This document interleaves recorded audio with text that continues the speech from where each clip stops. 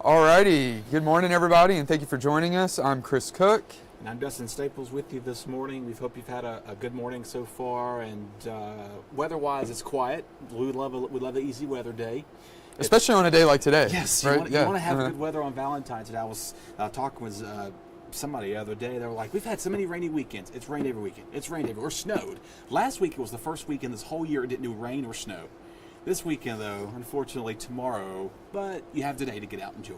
Now, how common is that around here that through the first 2 months, only one weekend, almost 2 complete months, only one weekend? I mean, it's common. It's happened before. I mean, a few years back, I remember working, when I had just first started the weekends at the beginning of 2023, it was like, 7 weekends in a row it rained. Really? It was back. That was back, when you had first started? Yes, I just started on the weekend. It was like non-stop rain. I said, okay. I said, people can turn the TV on. I already know what I'm going to tell them. It's going to rain today or it's going to be overcast. But depends on the year because we've been in a La Nina phase, El Nino, because obviously. What does that mean? So La Nina basically meaning we're in a kind of a wet pattern to an extent where we're most likely going to be seeing those patterns continue, whereas El Nino normally brings drier and warmer air. So with thanks to the cooler weather, we've had all the snow we had the cold snaps there over the past couple of weeks. So give or take every year it varies. Some years we go completely dry with no rain. Some years, like this one example, we have rain every single weekend. So I think hopefully by March and we get to our wet season, we have enough rain to hopefully catch up on our drought. Well, now, if it starts out that way, like the first part of the year is rain most weekends, is this something that continues throughout the year, or is this like it's going to shift? Most likely there'll be a shift coming. I mean, unless there's no change in the higher level in the jet stream out west and the northern and southern jet stream, if we don't get no budge in moving us some front out west, that won't be the case at all. But if we do start to see improvement with that, we most likely will get out of that phase where it's just not rain every weekend. It just so happens that the pattern has been dry in the week and it lands the weekend. So it just so happens we've been locked to the same thing over and over. Well, then how fortunate is it? What a blessing that on a holiday, and then the very next day it's expected to rain. But then on the one holiday where people want to be outside, go on picnics and whatnot, it is sunny and 60 is the high, I believe? Yeah. Today's the day for it. Again, average highs this time of year should be in the mid-50s, so we're several degrees above that. Last weekend, we were 30 degrees colder for this time of year. So next weekend, we're going to be above average. So we just continue to have this like wibble-wobble of near or not even near average. Well, now, speaking of Valentine's Day, we've got a story, and I want to give some context here. Dickinson Avenue in Greenville, for those of you that watch WIT News at 6 during the week, this is an area of Greenville that's been struggling. It's a road that has been closed for a while, and I started covering this in September where the road was closed, and NCDOT said, we'll open it at this time, and I reported that in September, and then they delayed it, and then I went back to the day that they said it'll be open, and it was delayed again, and then for a third, I don't know how familiar you are with this, but I went back the third time, and they said we're actually delaying it again. And then just recently, they did finally reopen the road to traffic. I don't remember the exact date right off the top of my head, but it hasn't been too long, and prior to the road reopening, a main angle to these stories has been me going down there. There's a lot of local businesses, and it's a variety of businesses. There's the flower shop, Jefferson's. There's Aji, the candy shop. There's the farmers and makers market. There's just such a great variety of businesses, and there's new ones popping up. And, we were asking, this has got to be weighing on y'all a lot. Sure. And, most of them said yes. Others wanted to remain optimistic. And now, fast forward to now, the street is open to traffic, and it's time, and they say they're excited to get, their customers back. And, now on Valentine's Day, we had our reporter, Maya Geving. I kind of wish I could have done this, with me covering, the saga. Sure. But she was fortunate enough to go out there and catch up with these businesses and see how they are planning on getting customers in the door on Valentine's Day after so many delays with the street reopening. Valentine's Day is big business for bookings on the holiday. We are fully booked. We are usually fully booked on Valentine's Day. So if you're looking for a way to get out some pent-up anger around Valentine's Day, Anger Management in Greenville has the perfect solution. Owner Lorena Garrison says the Rage Room often draws in people going through breakups, but also Galentine's celebrations and couples looking to let out some strong emotions. I had one lady last year, he broke up with her the night before Valentine's Day. She had a really good time here that day. Garrison says the Rage Room offers a safe space for people to let out frustration without judgment. You can't catch a charge here. I'd rather for them to come here than to beat up a boyfriend's car. Continuing down Dickinson, there's another spot that's seen more traffic since the road reopened. CrossFit Greenville employees say Valentine's Day has brought an uptick in clients. A lot of people are looking to get into good shape before that big day, before they go out with their special someone.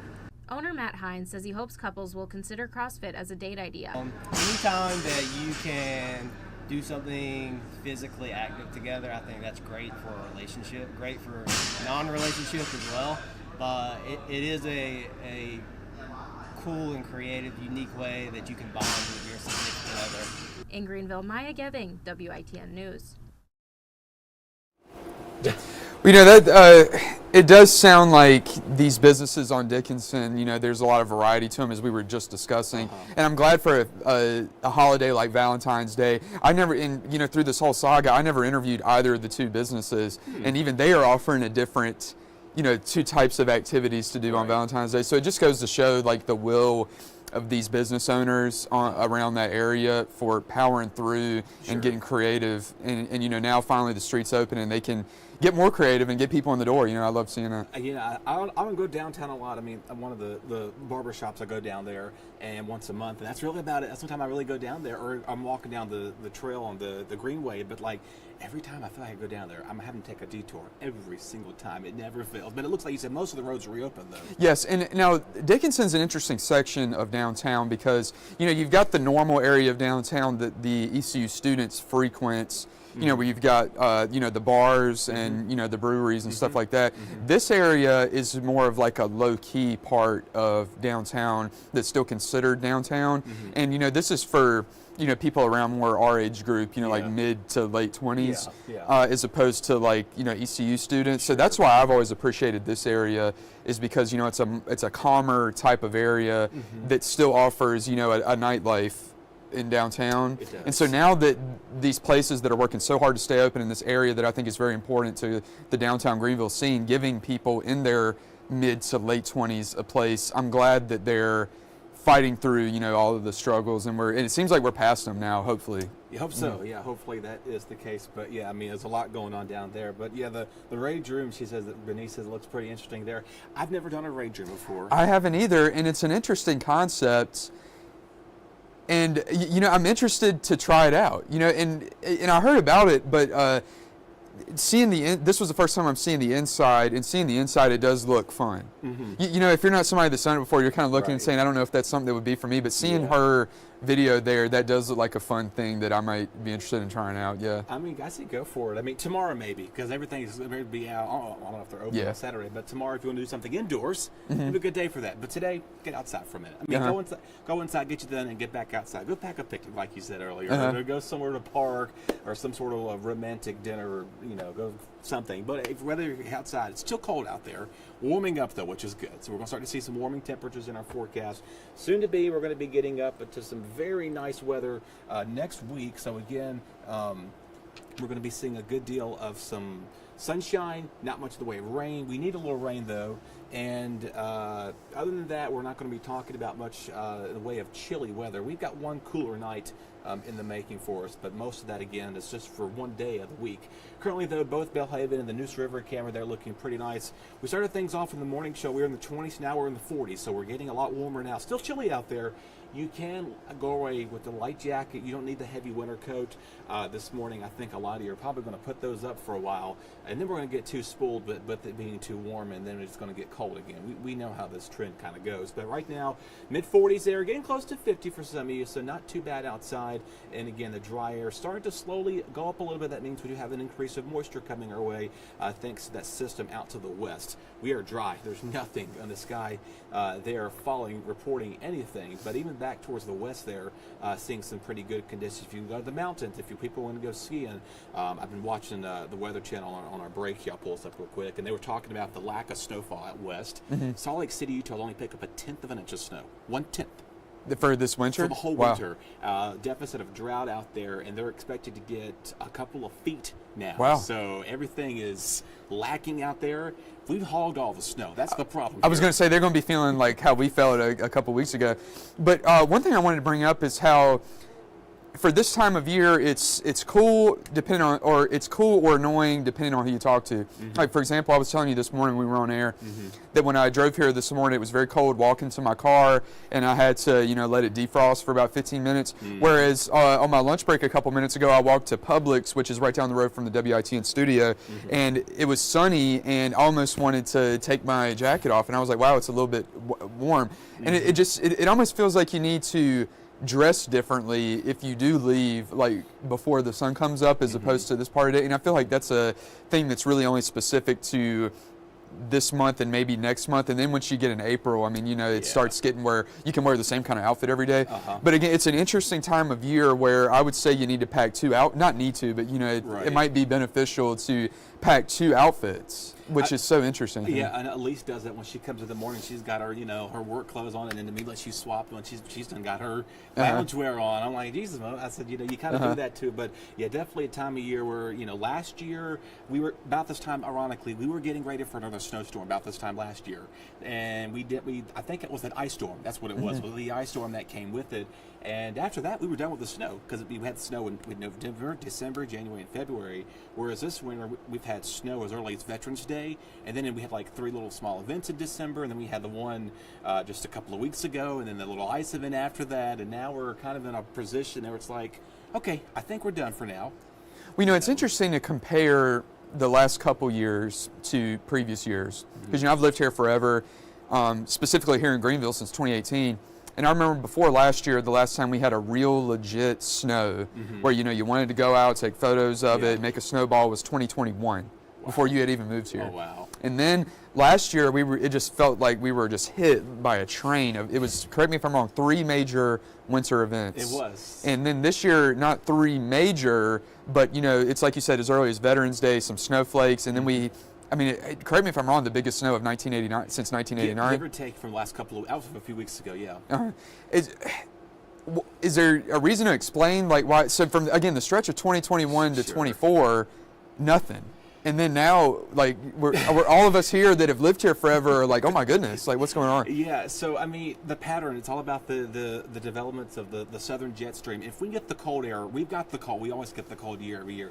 If we can get that cold air and that southern moisture alignment from the Gulf and that jet stream right in perfect timing, we're going to be in for getting it like that. And like I said, the La Nina, the El Nino winters, each year varies with that. We've been in La Nina for a couple of years now. I think we might be transitioning to a weaker El Nino heading for hurricane season, which would mean less activity, which hopefully that's the case. Hopefully so. Last year we thankfully dodged many bullets with storms with that, but it depends on if we get that jet stream from the south, the cold air from the north, and it comes right to the alignment. We can get that. There's a thing called cold air damming, or CAD, basically an area of high pressure. Now I'm getting the real technicalities of all this here. Well, go ahead, yeah. High pressure to the north of that. The polar vortex come dipping down from the south. The moisture aligning right into that cold air, and you got to have just the perfect amount of ingredients with it. Storm track is in place, and it also can be too cold to snow. If the air is too dry, it'll just evaporate it. So you have to have a little moisture content with it. People think, it's got to be cold to snow. Yes, but you got to think about how much moisture is involved with the system and how much dry air is above our heads. Because if it's too dry, we're just going to get some snowflakes and not accumulating snow. So not to make a pun here, but a perfect storm is what it's got to be for what we saw a couple weeks ago. Yeah. That's so interesting because it happens so little. Like what we saw a couple weeks ago is just so few and far between here, specifically in Eastern Carolina. I feel like the Raleigh area and the Piedmont gets it maybe every other year, like a large snowfall like that. But for here specifically, it seems like it's just so few and far between. Right. And it's interesting hearing why, because it's like you're saying, all these things have to come into play and line up perfectly for that to happen. So it makes sense why it would only happen every few years. Right, and if there's a low pressure system off the coastline and that coastal low is close enough to us, it'll give us a lot of snow. Now, if it's too close inland, it would give us more of a mixed bag, but if it's too far out, we would just get a little bit of rain or a few flurries. But in this case, it was right in the middle, right not too far off of the coast of Cape Hatteras and right off the Atlantic. It just, that perfect track was right there at it. The front lined up with it, the cold air and everything was moving up with it. So. Are we too early to tell if next winter is going to be?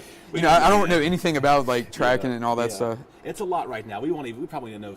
You're going to start hearing speculations probably as early as July. People go in there, and I'm like, don't even go buying that right now because that's way too far. Hurricane season, though, I will probably say we're coming into March, early April. We may start seeing some indications of how that'll be. So right now, I can't say if we're going to have a calm season, if we're going to have an active season. But right now, you know, the way things go, and if we start phasing into a calmer and a weaker El Nino, that would help reduce a lot of storm. We'll still get hit with some storms, but not like active. Major hurricane. Yeah. Right, yeah. We'll probably feel the impacts of a tropical depression.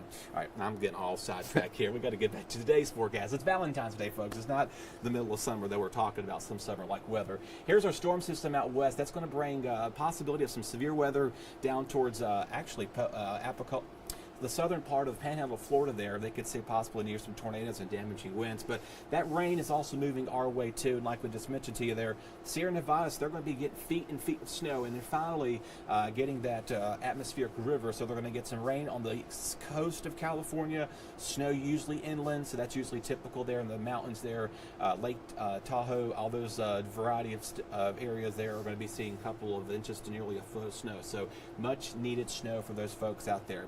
Average highs for this time of year, typically in the mid-50s. So tomorrow and Monday, we're going to be near average, and you kind of can tell there's a dip coming next weekend because of that change in our pattern. So we're going to warm way up and then fall back down to the 70s. Real quick, though, I want to harp on this for a second. The drought, though, has been ongoing. This has just been a situation where we've been in since last July, August, I think it was. We had one tropical storm that brought a little rain, and that was it. We didn't get a lot with impacts, thankfully, with the other hurricanes. So rest of the afternoon, we're looking pretty good, to say the least. Nothing too crazy.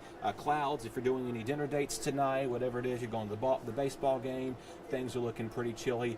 Tomorrow morning, as of now, looks like we're still on par for maybe a few early morning showers, but that's not enough to cause any disruptions.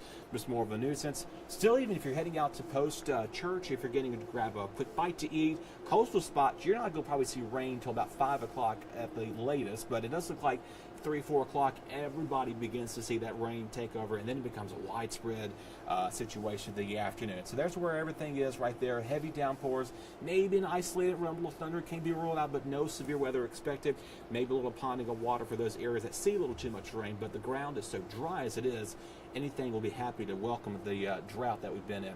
So again, tomorrow they've highlighted a marginal level 1 risk of an outlook for a little ponding of water. That's what that's in play for. But the rainfall, half an inch to inch and a half, maybe 2 inches of rain, so something that's really going to be needed. Now, beyond that, we have the winds to deal with, too. So it's going to get very windy Monday morning. We're going to be dipping down in the 50s and 40s, so we could be seeing a little bit of that windy conditions as stepping out the door for work and school, with Monday being President's Day.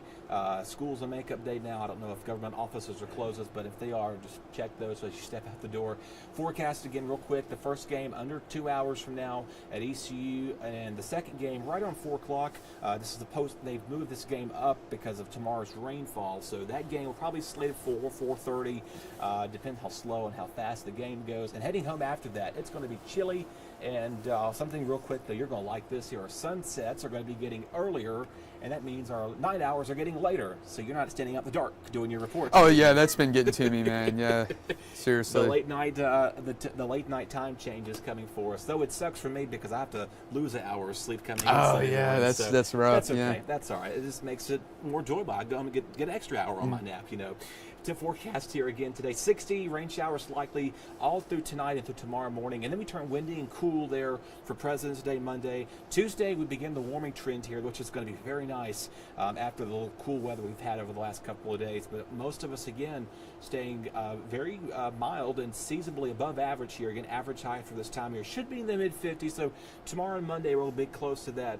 And then we talked about the wet weekends. We'll see how next weekend plays about, because I think the last thing we want to see on the weekend is more rain. And if that was the case, this would mark week 6, and then next week will mark week 7 compared to dry weekends. So we just can't seem to get out of this rut here with this wet But looking at Wednesday, if you're going to the ECU baseball game, I mean, you can't get more ideal than that with a lot of clouds and 71, right? That sounds like some baseball weather to me. And you can have to watch it, maybe get a little sunburn too. So if you're sitting in the stands over there on the other side, I mean, I've been victim of that many times. So, but yeah, I mean, good looking weather for that. No rain. I mean, maybe a little quick sprinkle here or there, but nothing that's going to wash out the game. So it was a good call in for moving the game up from tomorrow to today. So in layman's terms, tomorrow, bring an umbrella if you're going out. Keep it with you until about 12 o'clock. You're okay, and then it's just all night, early tomorrow, maybe sunrise on Monday morning. We'll start to see that out of here, but then it gets cold, chilly, seasonable actually, because we're going to get so spoiled, like you said.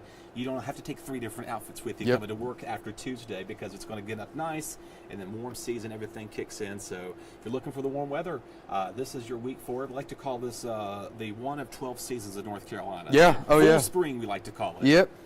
So, but yeah, Bernice is with us in the comments this morning. Yeah, so spring begins March 20th. Yeah, that's not long far from now. Summer, June 21st. That's yes, astronomically speaking. If you ask us meteorologists, we begin that on March 1st for spring, and then June 1st for summer. And yeah, the dreaded hurricane season. You know, we thankfully, like I said, we didn't have any impacts last year, which was incredible. Correct me if I'm wrong. I would even call it unusual. It is. Is it, for at least in the recent years? It is. The last time this has happened was 2015, where there was no direct impact. It's been a long time. Yeah, that is a long time. It's been a long time since we had any direct impacts to any U.S. states. Now, like the coastal areas from Florida to Maine did see impacts from storms, but there was no immediate landfall anywhere. Especially after, I mean, correct me if I'm wrong, Helene was one of the more devastating hurricanes that we've seen since the early 2000s. Is that right? Yeah, it is. That was almost going on 2 years now at the western part of the state. And I remember working that Friday morning I was here, and me and Zach were just looking at things. We're like, this is going to be a storm for somebody. And we thankfully really did dodge a bullet, because if that thing would have just skirted to the east 50 more miles, who knows what things would look like around here. But thankfully those folks are still recovering. They've had ice storms and snowstorms, and that's kind of they don't need that right now either, because they're still recovering from Helene. Yeah, right. But hopefully the way things are looking, projections are calm. We kind of have a quiet season like we did last year. Maybe a couple of systems here and there. So the western part of the state deserves some quiet weather. I think they do. Yeah, they're expected to get a little snow, a little bit snow mix rain out there tomorrow morning, and then it's going to turn to a cold rain for them too. So really no major impacts besides that. But I mean, other than the nice warm weather coming our way, there's really not much going on. Love to hear that. It's awesome. Chris, well, thank you for joining us. Thank you so much. Yeah, it's been a pleasure.